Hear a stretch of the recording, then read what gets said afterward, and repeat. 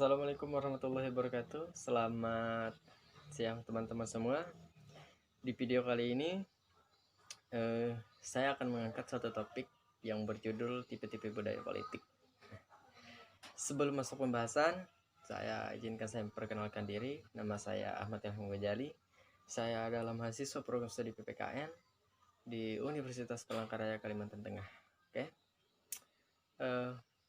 Terkait dengan topik yang akan kita bahas, yaitu tipe-tipe budaya politik, mungkin teman-teman semua bahkan di suatu negara sudah familiar terhadap kata politik. Nah, di negara lain maupun negara Indonesia sudah memiliki konsep-konsep dunia perpolitikannya sendiri untuk mengatur suatu tatanan kehidupan bermasyarakat, baik itu dalam negara maupun luar negara seperti itu. Nah, kata politik adalah pembentukan atau pembagian kekuasaan dalam masyarakat yang antara lain berwujud proses pembuatan keputusan, di mana khususnya dalam suatu negara, baik itu negara lain ataupun negara Indonesia. Maka dari itu politik sangat berpengaruh dalam tatanan kehidupan bermasyarakat.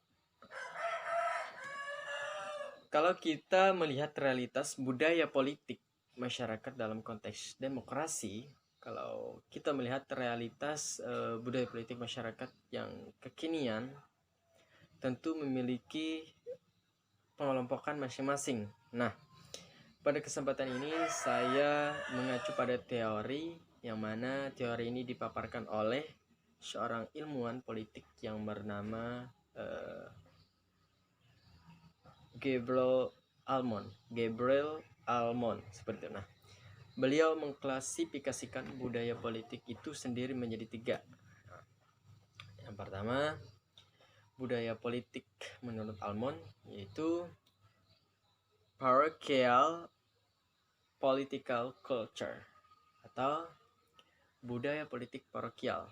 Nah, dan yang kedua adalah subject political culture atau budaya politik subjek atau kaula, dan yang ketiga adalah participant political culture atau budaya politik partisipan.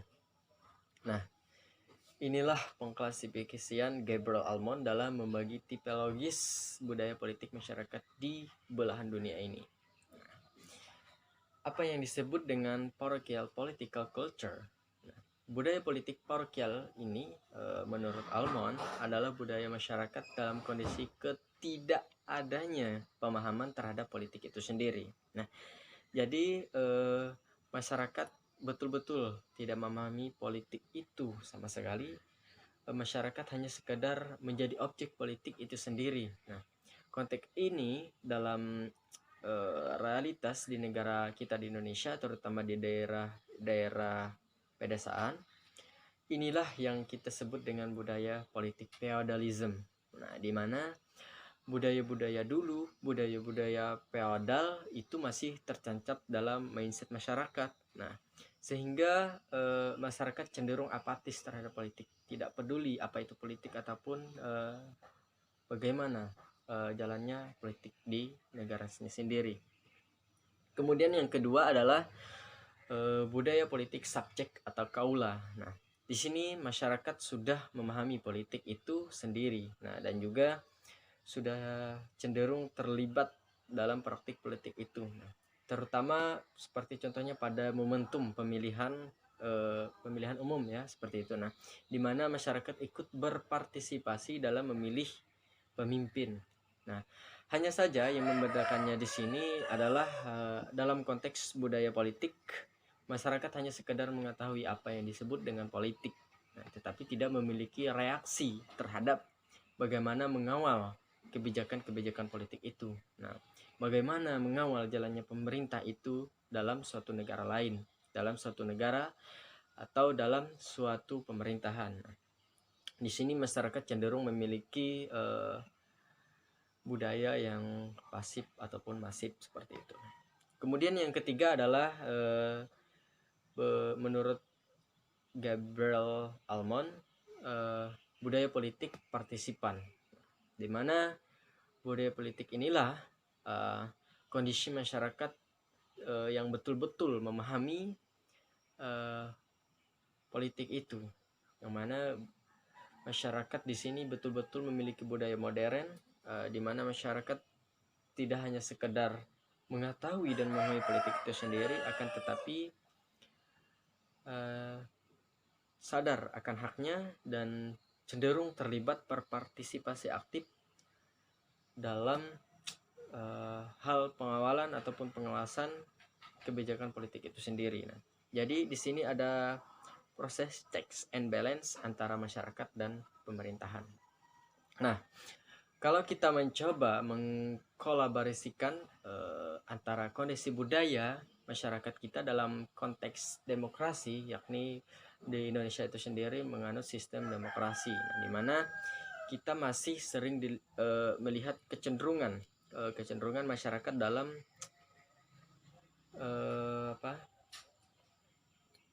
dalam hal budaya politiknya. Nah, masih cenderung apatis terhadap kebijakan politik itu. Nah, kemudian sementara definisi dari demokratis ini adalah di mana masyarakat memiliki kedaulatan tertinggi yang sesungguhnya dalam konteks pemerintahan. Seperti yang dikatakan oleh Abraham Lincoln, beliau adalah seorang mantan presiden Amerika Serikat. Beliau mengatakan bahwa democracy is the government from the people, by the people, and for the people. Nah, bahwa pemerintahan demokrasi itu adalah dari rakyat, oleh rakyat, dan untuk rakyat itu sendiri. Kemudian untuk relasinya adalah kita melihat sebuah realita di mana masyarakat itu tidak bisa sebagai kontrol terhadap pemerintah. Kenapa? Sementara sistem demokrasi memberikan kita ruang seluas-luasnya dalam pengawalan ataupun pengontrolan terhadap jalannya kebijakan seperti itu. Nah, kemudian Almond dan Perba pada tahun 1984 menyatakan bahwa kebudayaan politik suatu bangsa dalam kenyataannya merupakan budaya politik campuran. Nah, kenapa? Maksudnya di sini tidak akan ditemukan dalam kenyataan empirik seperti bahwa suatu bangsa hanya memiliki satu jenis, tetapi memiliki budaya politik campuran atau 2, 3 sampai 4 budaya politik. Nah, budaya politik campuran yang mana yang bersifat proporsional merupakan budaya demokratis yang dikenal dengan budaya kewarganegaraan atau civil culture. Nah, kemudian orientasi budaya politik itu sendiri, yang pertama, budaya politik parokial berorientasi kepada kognitif atau pemahaman masyarakat terhadap perpolitikan di suatu negara. Nah, yang mana pemahaman masyarakat itu masih rendah, juga tingkat partisipasi politiknya sangat rendah. Mungkin bisa disebabkan oleh faktor kognitif itu sendiri, misalnya dari kualitas pendidikan yang relatif rendah seperti itu. Nah, kemudian orientasi budaya politik kaula atau subjektif. Nah, di mana orientasi budaya politik ini kepada afektif seperti itu, atau bagaimana masyarakat menyikapi, bagaimana masyarakat yang bersangkutan sudah relatif maju baik sosial maupun ekonomi, tetapi masih bersifat pasif tadi ya. Nah, seperti itu. Kemudian budaya politik partisipan. Nah, di sini orientasinya kepada evaluasi ataupun keterampilan. Nah, di mana budaya politik ini yang ditandai dengan kesadaran politik masyarakat Indonesia sangat tinggi. Kemudian contoh-contohnya di mana masyarakat ikut serta dalam pemilihan umum, kemudian ikut serta dalam unjuk rasa seperti itu untuk mengajukan aspirasi mereka kepada pemerintahan. Nah, jadi itu saja paparan saya terkait dengan tipe-tipe budaya politik. Ada parokial, ada subjek, adapun partisipan. Nah, di mana materi ini sangat penting bagi kita untuk mengetahui bagaimana konsep perpolitikan di negara kita sendiri. Oke, di tengah-tengah pandemi, alangkah baiknya kita selalu social distancing, physical distancing, dan selalu berhati-hati, stay at home. Terima kasih. Wabillahi taufiq wal hidayah. Wassalamualaikum warahmatullahi wabarakatuh.